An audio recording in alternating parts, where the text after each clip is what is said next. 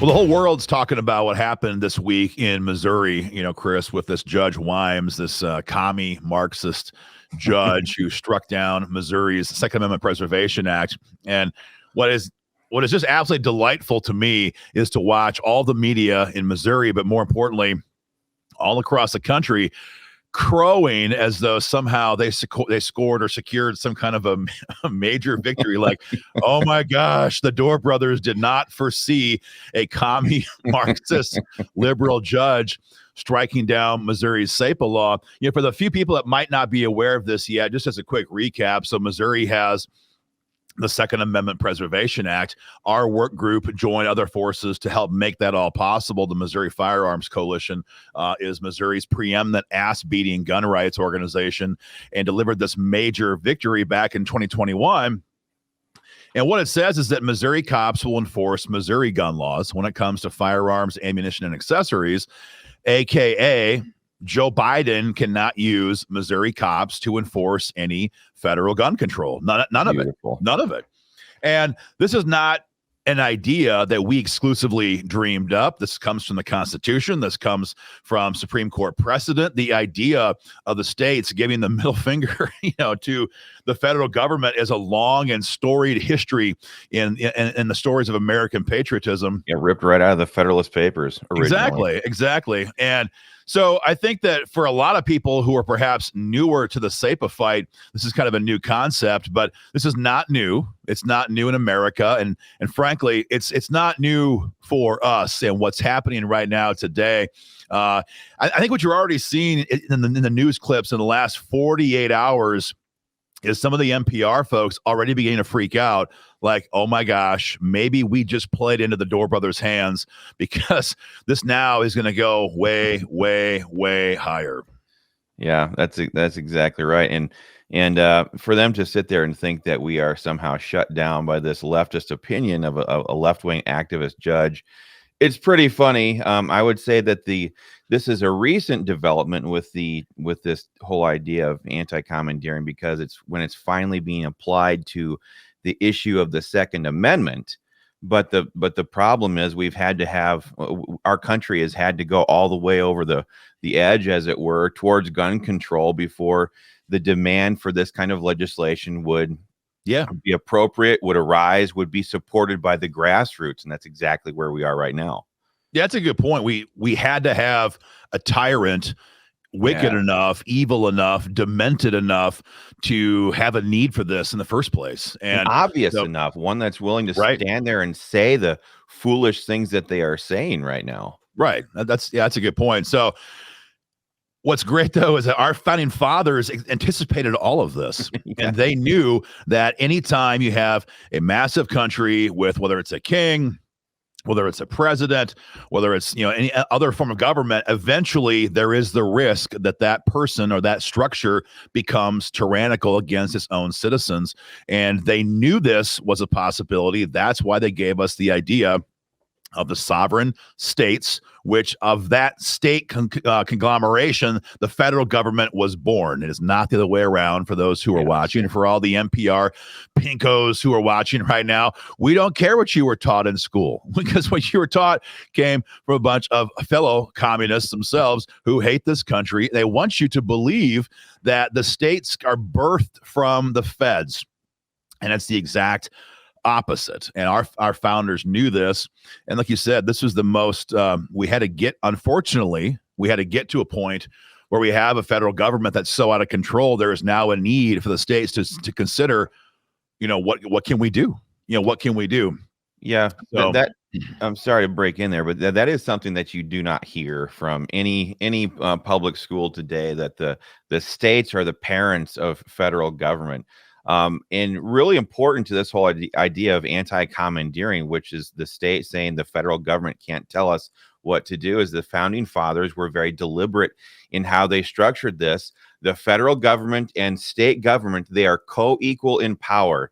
Neither one can tell the other one what to do, and and vice versa, obviously. So co-equal power from the state to the federal government, that's the powerful basis, the foundation on which this is built.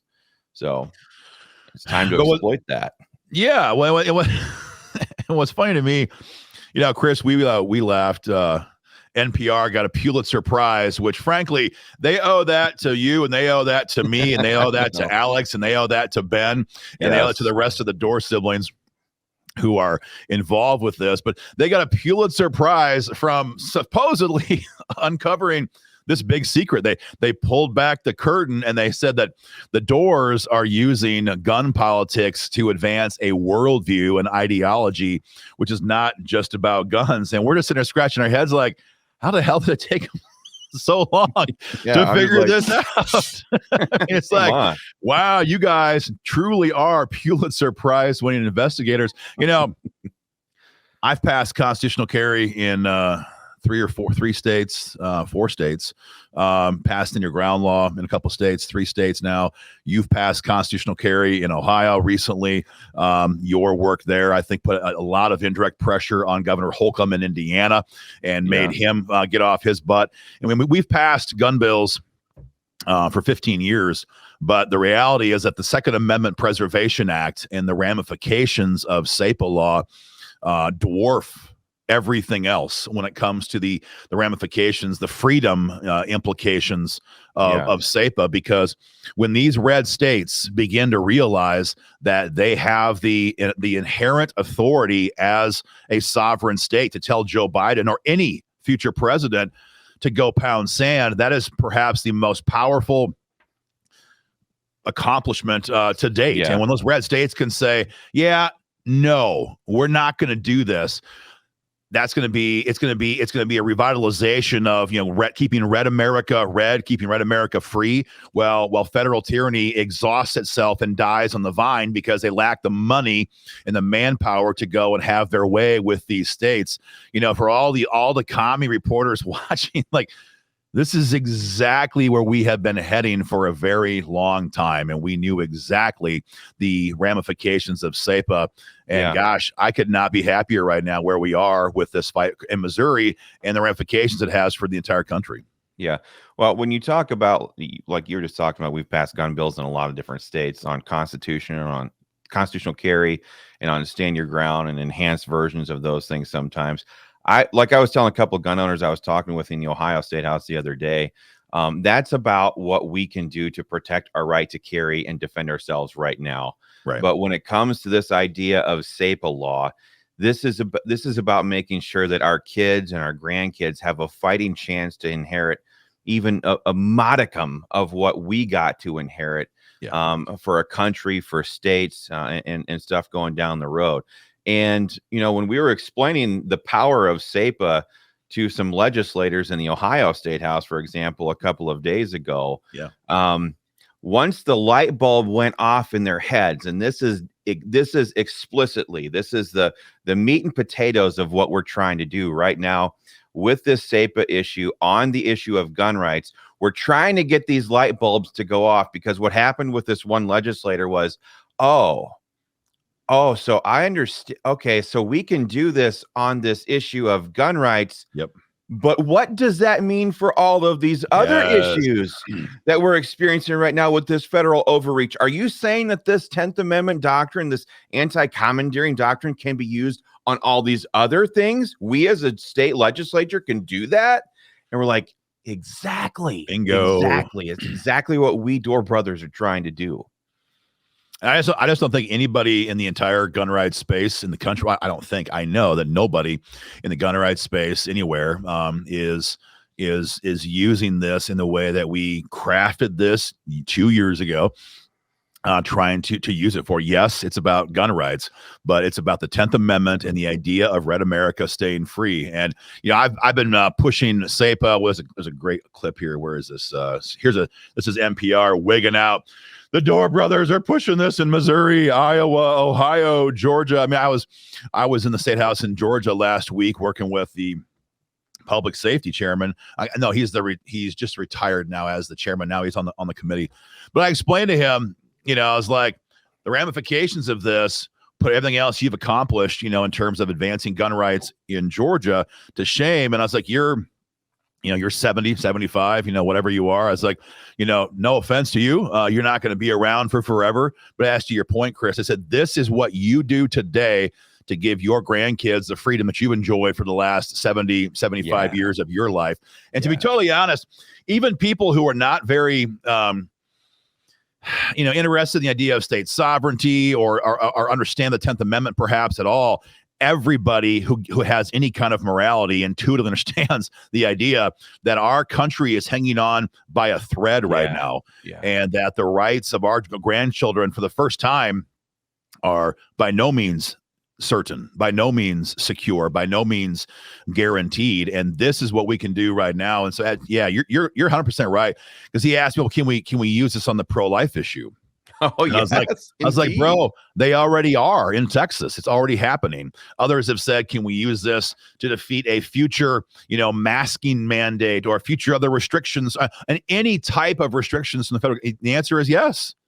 Because common core education standards, Medicaid expansion, all of these different things that are coming down, that are being crammed down the state's throats. A lot of these state legislators, I've been to these legislative conferences before back in my previous time as a legislative aide.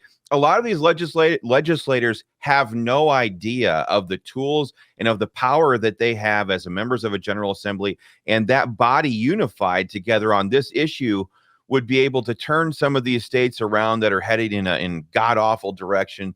I know so many gun owners look at states like California, Illinois, New York, Washington State, and Illinois, and they think, oh my gosh, everything that I see there is only 10 years away from here in my state. Well, you know what? The reason why those states get progressively worse and some of these states are turning from red to purple to blue is because these general assemblies are not fighting back with the tools that they have. That's why we're trying to get this stuff implemented, enshrined, and being used by these state legislatures right now. So. It's almost like this was scripted. Ding. And so that's where we are today. Then right now, so this is Judge Brian Wimes. This is Judge Wimes from Kansas City. Judge Wimes was appointed. I have a clip here somewhere. Appointed by Barack Obama. The OG Marxist president, at least in my lifetime. Yes. And, we were both there. Chris, we were both there for oral arguments last July. The guy was July 6th, I think it was. J6, the other J6. An absolute out of control activist judge. He all but came across the bench at the state of Missouri's legal counsel, who was there to defend Missouri's SAPA law. And he made it abundantly clear that there was no way in heck he was going to uphold SAPA law. And we knew from that day that our chances were between 0 and 0% that it would survive. And we walked out of that court. I remember looking over at now Congressman Burleson, who was there with us, who was the Senate sponsor, and then Jared Taylor, who was the House sponsor. And I was like, boys, that's a victory. And they looked over and said, man, he's pretty rough. And I was like, nah, dude, he's going to strike it down. And that means that far from SAPA being limited to a one-off fight in Missouri, we now have a chance to explode the idea of SAPA, of the Second Amendment, but more importantly, as we said now, 10th Amendment and state sovereignty all across the country. And now that's going to happen. So for those who are watching and have some of the timing questions, yes, Judge Wimes has issued his opinion, and that's all it is. It's an opinion. Mm-hmm. And he is, for those who aren't aware of the federal court process, he is the lowest rung on the federal bench. So you have your district court judge, you have your circuit court judges, then you have your United States Supreme Court way up here on top. Right. And so this is an opinion from the lowest rung on the ladder, and he struck down SAPA law. But I was talking to our lawyers yesterday about this, and they said, well, what's amazing about his opinion is that he never talks about anti-commandeering, which is the heart and soul of the law. He did not find fault with that. He never mentioned it at all. And he never mentioned any of the voluminous Supreme Court precedent. So when this bad boy gets appealed now to the 8th Circuit, we have massive guns to fire in the appellate process, because this guy never mentioned the dual underpinnings of Missouri's SAPA law, the idea of federalism expressed through anti-commandeering and all. I mean, the Supreme Court precedent is not just like anecdotal. The Prins case in 97 specifically says that President Clinton could not force the sheriffs across America to enforce the his gun the Brady bill, the gun control bill. Yeah. It's not just like we have a similar theory that we have rulings on. We have specific gun cases. None of that was talked about in this decision. And so I just I think that if you're Merrick Garland and you're Joe Biden, you're sitting there in your little war room. Of course, these are the most effeminate men to ever run, the law enforcement agencies in this country. So war room might be a stretch, but they had a choice to make, and they could have chosen to let Missouri ride and let it go, or they had to choose to be the tyrants that they are and say, we cannot risk the idea of these red states getting the moxie to tell us to go pound sand. At the end of the day, there was no choice. These tyrants are determined. They have to have the manpower of in-state law enforcement, so they had no choice. But in doing so, God, they took the bait, hook, line, and sinker. Yeah, when reading through his opinion a little bit, it looks like he was concerned with some of the preamble language more than he was with the actual substance of the bill. And since we're trying to move this bill right now in the Ohio General Assembly, for example, which is in the 6th U.S. Circuit Court district, it's kind of handy that we have this opinion now because we can tweak our language and get it even better. And if this thing is going to the Supreme Court, he just tipped his hand. I remember being in that courtroom and thinking to myself, so this guy's appointed by Obama. Is he going to be a classic liberal, or is he going to be an activist liberal? Because we've had anti-commandeering doctrine rulings before by liberal court justices, Sotomayor, for example. So that was the only question while we sat there. Is this guy gonna put handcuffs on us and give us the win right away from the outset, or is he going to do America a great big fat solid and bump this thing up all the way to circuit court? And that's exactly what he did. It's what we call in the old fishing business is called hook, line, and sinker. Yeah, and they just had no choice. Tyrants are going to tyrant. Exactly. And they had no choice. But again, in doing so, man, they fell for it all the way. So from here, we have spoken already with Attorney General Bailey in Missouri. Doing a show with him actually later on today or first thing Monday. So arrange our schedules right now. And, AG Bailey in Missouri, as well as Governor Parson in Missouri, are 100% wired for sound on this, and I'm looking forward to that. I would dare say that Bailey is salivating over the chance to take this case all the way to the Supreme Court, because I think everyone knows that that's where it's probably going to head, because the Eighth Circuit is definitely more favorable than Judge Wimes is. You have a lot of different judges there, and the complexity of that court and its judicial flavor is definitely right leaning. But you might have other cases, other districts, other circuits rather, where they say, no, we don't like it here in the 9th, or we don't like it here in the 6th. Either way, whether it's this case or a future SAPA law, which is heading up the circuit program, either way, this bad boy is heading to the Supreme Court. And when it gets there, whether it's this year, next year, 3 years from now, whatever, it will be a game changer for gun owners, but it'll be a game changer much, much more so for everybody who cares about freedom, everybody. And this would never have happened with constitutional carry. You're never going to see stand your ground law in the Supreme Court. You're not going to see legislation that we've passed to lifetime carry permits, or letting you have your guns on school property, dropping off your kid. I mean, none of these bills would get there. Because at the end of the day, federal government, the tyrants in Washington, D.C., always planned to pass gun control at the federal level and then choke it down the states' throats. Yeah. This bill, this idea coming along and getting codified now amongst all of the red states, is preemptively giving the lunatics in D.C. the big bird, as it were, and saying, absolutely not. We're not going to let you do that. Not now, not 15 years from now, not 30 years from now. And as we can see from the last 3 years of the direction of our country, we know they want to accelerate and keep accelerating this decline right over the edge as a country. So that's another reason why this is so powerful.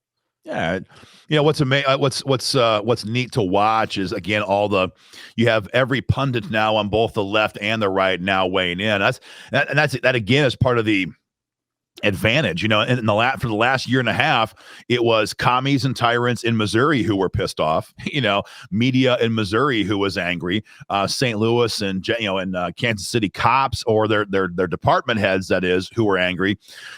But this issue is now exploding. And I mean, we fielded calls, I think you and I have, Chris, and/or Representative Taylor, who now is on our team, from dozens of lawmakers across America this year, but a whole bunch of them just in the last 48 hours saying, I never knew about this. How can I draft this legislation here in my state? And so when we see NPR already wigging out that, the Dorr Brothers are moving this in states across the country, this is just the beginning. And I would not be surprised to look forward down the road. And, back we began doing gun politics in 2009, late 08, whatever, we had 2 constitutional carry states. And you look up now, we've got 25 constitutional carry states.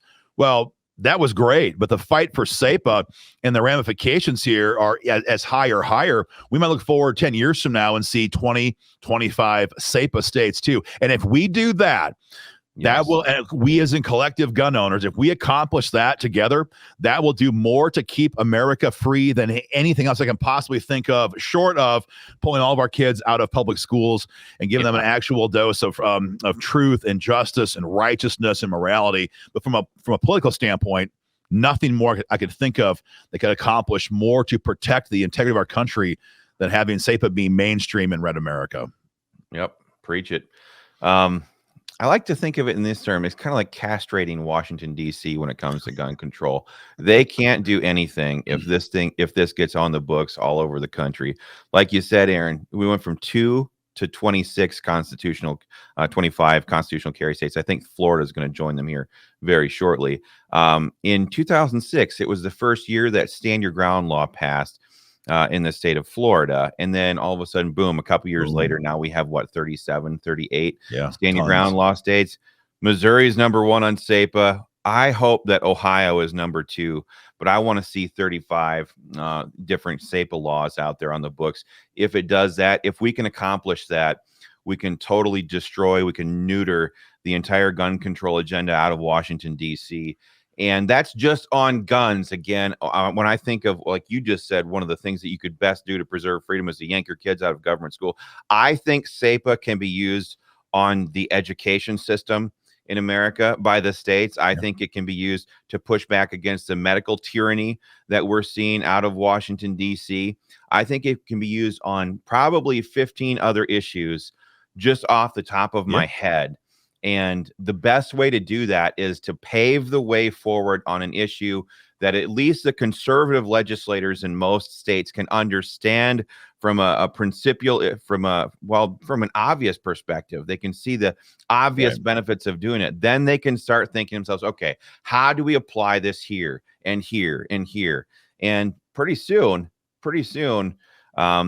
Washington, D.C. is undone in their agenda for these red states, which they have no plan on coexisting with peacefully. Well, this is the way we fight back. Well, that's one of the you use the word peacefully. I was talking to an old lifetime member of the Missouri Firearms Coalition a couple weeks ago who did a lot to help bankroll our fight to pass SAPA in 2021.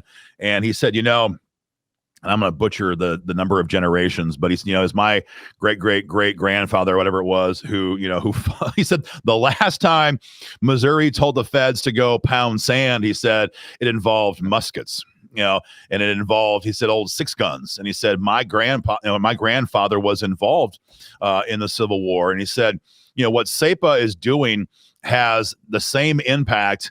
And it's an absolutely peaceful way to simply not comply with the federal Leviathan. And so for everybody out there who's watching this video and you've been enraged in the past, you're watching Joe Biden, and his entire team try to destroy our entire country, and you get angry and angrier at night, just realize SAPA is the relief valve. SAPA is the way.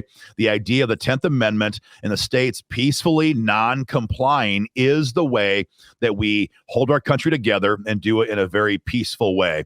And so, guys, this is the issue of our time as far as I'm concerned. And I think, Chris, it's not just us. As we said, now there's all kinds of people who were talking about this. Was it just yesterday, 2 days ago?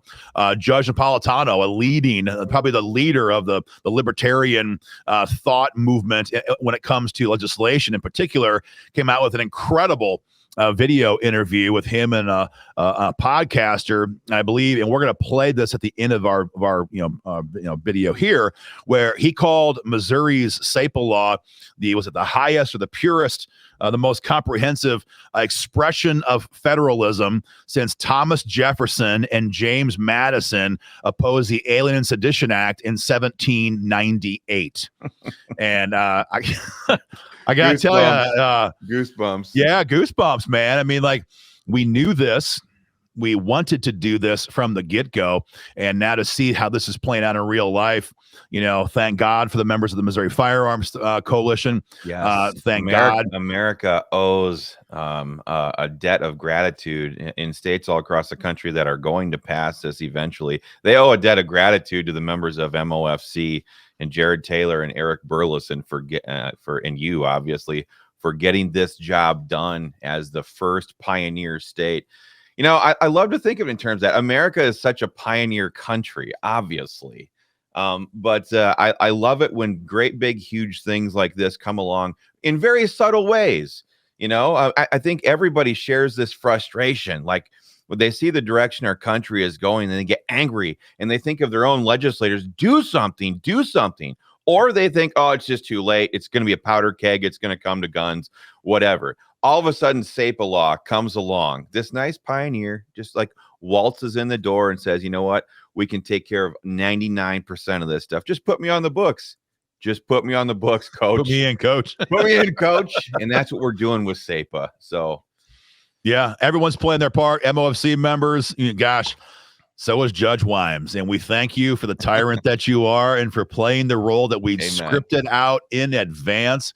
We could not be more happy to see where we are today. Again, want to make sure everyone knows this is no defeat. This is an absolute necessary step in the fight as we elevate the fight for SAPA higher and higher and higher. And someday, hopefully very shortly, this will be in the United States Supreme Court as well. We're going to end here, guys, with this clip from Judge Napolitano from 2 days ago. And you've got to watch this in context. It is amazing. He predicts this matter to go all the way up, to be upheld at each step of the process. And he says, again, this is the highest manifestation of federalism and state sovereignty since Thomas Jefferson. And frankly, it's good enough for me. So, guys, watch this. Share the video online. If you haven't yet got involved in our fight, become a member today of AFA or the state group where you're watching this at, guys, and we'll keep you informed as always. Judge Napolitano, the host of the Judging Freedom Podcast. Good morning, Judge. How are you, sir? Good morning, Austin. Pleasure to be with you, no matter what we're talking about. I think we'll skip the discussion about the Spanish Armada this morning, if you don't mind, Judge. I agree. The Missouri had a bill that took quite a number of years to pass. It was called the Second Amendment Preservation Act, and very briefly, what it does, for those who might not know, is that it prevented Missouri police officers from enforcing federal laws and put a $50,000 fine on their department if they cooperated with the feds in enforcing laws that weren't illegal in Missouri. They could cooperate with the feds if it was against Missouri law, but the feds had to enforce their own federal laws here in Missouri. A federal judge overturned that yesterday. I'd love to hear your thoughts on it. Well, this is really one of the worst judicial opinions that I've reviewed in the modern era. If this judge were a student of mine at one of the 3 law schools on whose faculties I was privileged to sit and submitted this, he would have flunked, because he missed the most important case, which is a Justice Scalia opinion called Prince versus the United States, in which the federal government tried to get sheriffs to enforce federal gun law. And the sheriff of Phoenix, Arizona, last name Prince at the time, challenged that statute, and the Supreme Court said, you can't do it. The feds can't commandeer, Justice Scalia's phrase, local and state law enforcement to enforce federal law. The feds want to enact a federal law and they want it enforced. Let them go ahead and enforce it. There's absolutely no authority under the Constitution whatsoever for the feds to commandeer locals. So this judge missed the case. Now, the most important case. Now, I didn't read the briefs, and I'm sure that the briefs supported or submitted by the Attorney General of Missouri cited that case. How he could miss it, how he can get around it, I really don't know. The statute itself is one of the finest demonstrations of federalism since Thomas Jefferson and James Madison dissented from the Alien and Sedition Acts in 1798 by writing the Virginia and Kentucky resolutions, which supported the concept of nullification. If a federal statute purports to violate a fundamental liberty expressly guaranteed by the Constitution, and we know that's the case from Justice Scalia's opinion in Heller and Justice Thomas's opinion in Bruin, then the states can nullify that federal statute within their states. So this federal judge has totally missed the boat. As for where this goes, I think the statute will eventually be upheld. Whoever crafted this in the Missouri legislature has a superb understanding of federalism and superb timing, knowing that with this present Supreme Court itching to enhance the concept of federalism, to leave the states to protect civil liberties in areas where the feds failed to do so. Here, the civil liberty to defend yourself. I think the court will profoundly alter this ruling that came down yesterday.